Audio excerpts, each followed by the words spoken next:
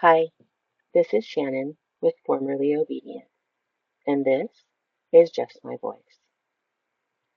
So I'm going to back up a little bit. I want to overlap with my last chapter and talk about the birth of our son, our first son, and what that experience was like. When I first found out I was pregnant, I told him, and the first thing he said was, "Well, if it's a girl, I don't want it. I already have a girl." And so I prayed. From that moment, I prayed for a girl because in my mind, that would be my way out. And I still prayed, and I was still obedient. And at the ultrasound, he was there. He brought my two children. He was furious about that. He was mean, angry, embarrassing. The kids couldn't do anything right, couldn't stand in the right place, couldn't act right. It was it was hard. The tech was uncomfortable, I could tell. The kids were uncomfortable.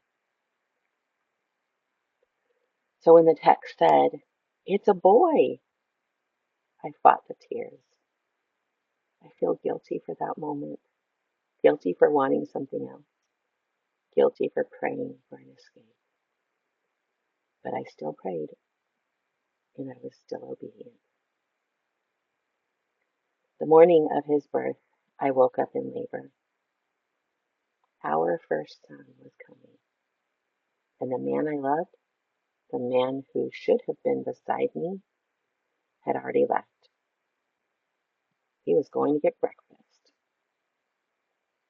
And so the first thing I did was pray. God, bring him back to me. God, please let everything go smoothly. God, keep us safe. And I prayed, and I was obedient. So what should have been a 30-minute trip turned into a few hours. My contractions were coming harder, faster, sharper. My parents had come over, and they prayed over me, and I prayed too. But I was still panicking. I still felt alone, and I still prayed, and I was still obedient. I finally decided I had to go. I would just get in the car with my mom, and she would take me to the hospital. As I was getting in, he pulled up. I could tell immediately he was high, and he was so angry, angry that I was leaving without him. I got in the car with him, and he drove like a maniac, running red lights, nearly crashing. And I still prayed, and I was still obedient. Please, God, don't let him wreck this car. Please, God, protect my baby. God, please, please, please. I did a lot of begging, but God didn't calm him. God didn't sober him up. God didn't change him. God didn't stop the chaos. We made it to the hospital, and he was everywhere, bouncing off the walls, touching everything, embarrassing me, leaving me alone in pain. At one point, the doctor said, "Baby's face up. You're not going to be able to push him out." The pain was unbearable. Every muscle in my body hurt from trying, and I begged God again, "Please let my baby live. Please help me. Please make this stop." And I still prayed, and I was still obedient. Finally, the doctor used the vacuum extractor, and my son was born. He was beautiful and perfect in my arms. But even then, I could see something.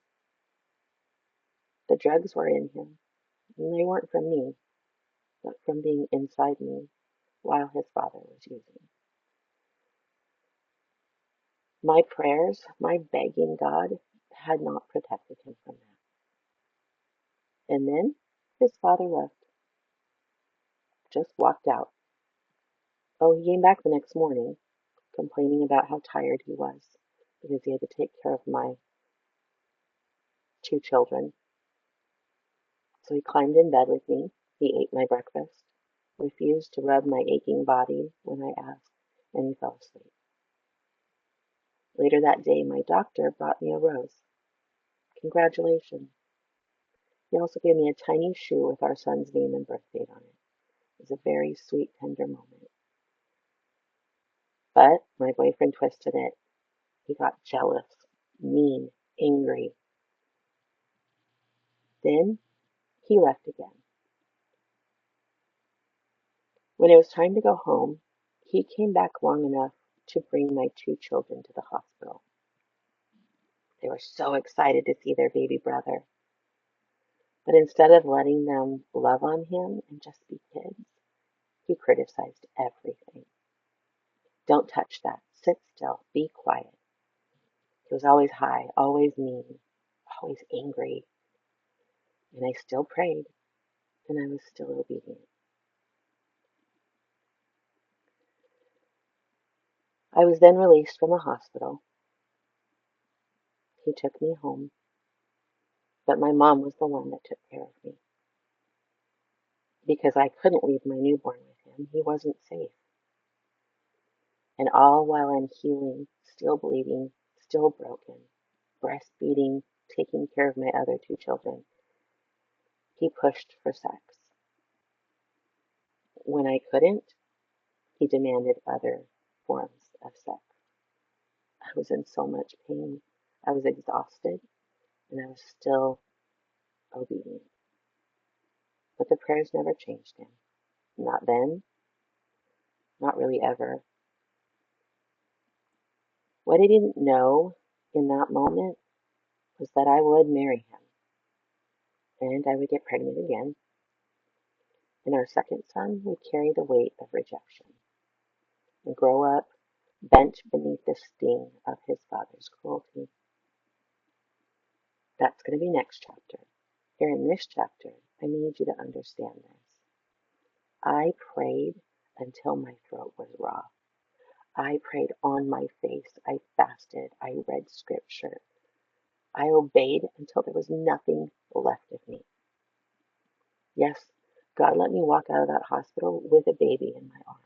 And I'm eternally grateful.